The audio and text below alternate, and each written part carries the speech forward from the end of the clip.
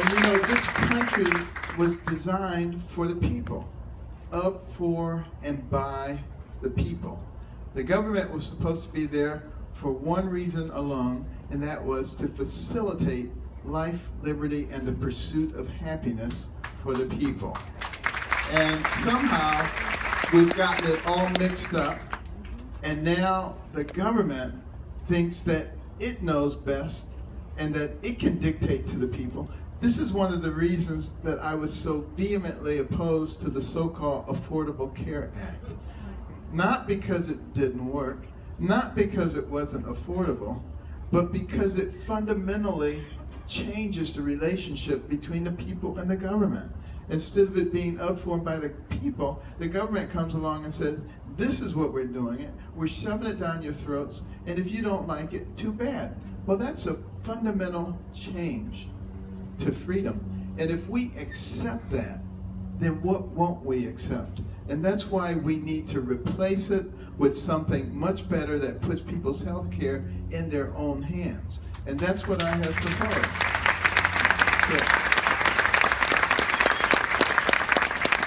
Because the only way you have true freedom is when you control the most important thing you have.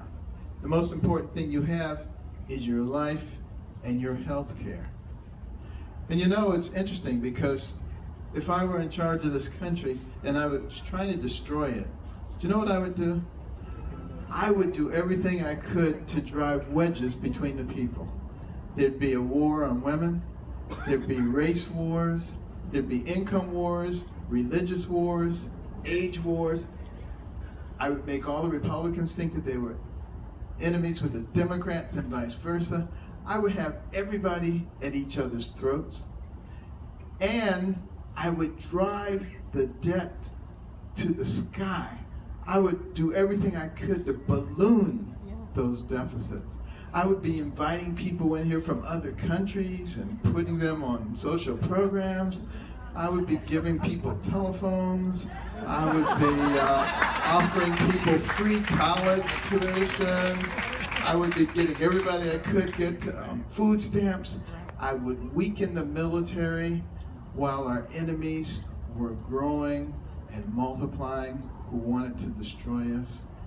Now that's what I would do. Now any relationship or resemblance to what's going on is purely coincidental, I'm sure. But it gives you some idea of how much trouble we are in and why we're going to have to do something about it. And everybody in here is part of the solution. In the pre-revolutionary days, it's people like you who call together town meetings and they ask, what kind of nation do you want to pass on to your children and your grandchildren? What are you willing to fight for? What are you willing to die for? And they encouraged a ragtag bunch of militiamen to the point that they defeated the most powerful and professional military force on earth. And we must do that again now.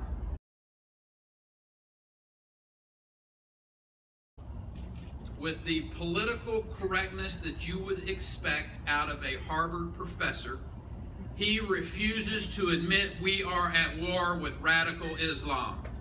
Mr. President, we are at war with radical Islam.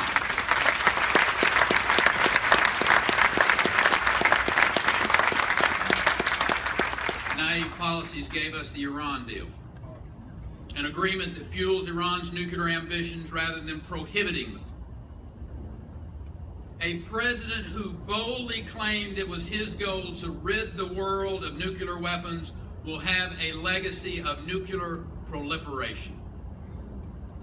All because he places his trust in a regime that is the leading sponsor of state terrorism. He places his trust in the words of radicals. He places his trust in inspections that can be easily manipulated. My friends, this is not the America I know. Each state should chart its own course. Whether it's Governor Haley fighting the unions to bring Boeing and Michelin to her state of South Carolina, or whether it's Bobby Jindal putting the school choice into place in Louisiana, or whether it's Rick Scott, who is creating a powerful economic engine in Florida. I support the states. I support the states to be wrong, like Colorado. I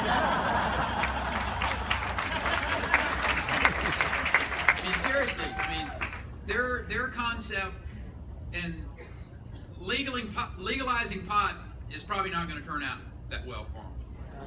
But I support their right to be wrong. I would rather one state get it wrong than the entire country. And that's our point with the 10th Amendment.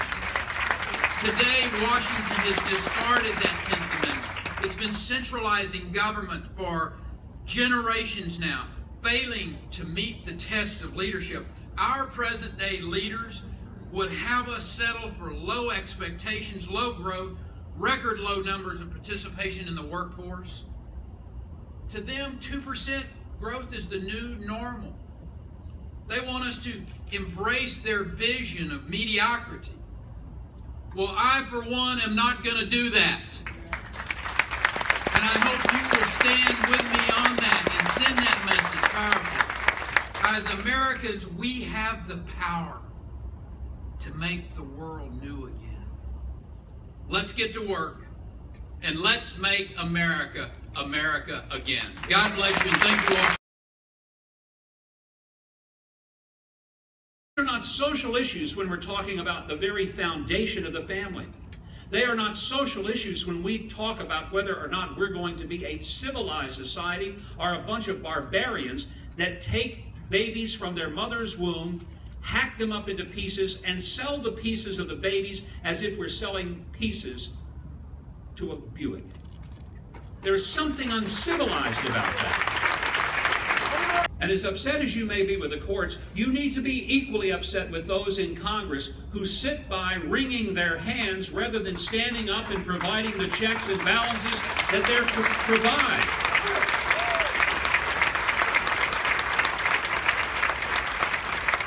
And the very last thing that we could tolerate at this point of the juncture of this great republic is to elect a president who surrenders his entire branch of government to what Jefferson said and Hamilton said was the weakest branch of government, if there was one that was weak out of the three equal branches, the judicial.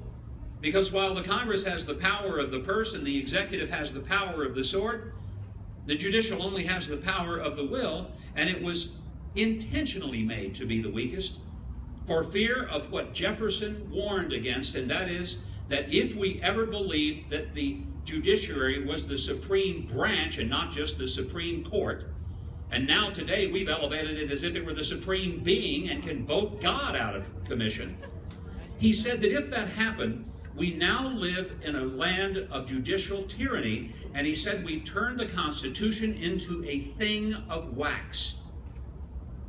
This goes to the very heart of our existence as a country, defining who we are and what it is that we're governed by.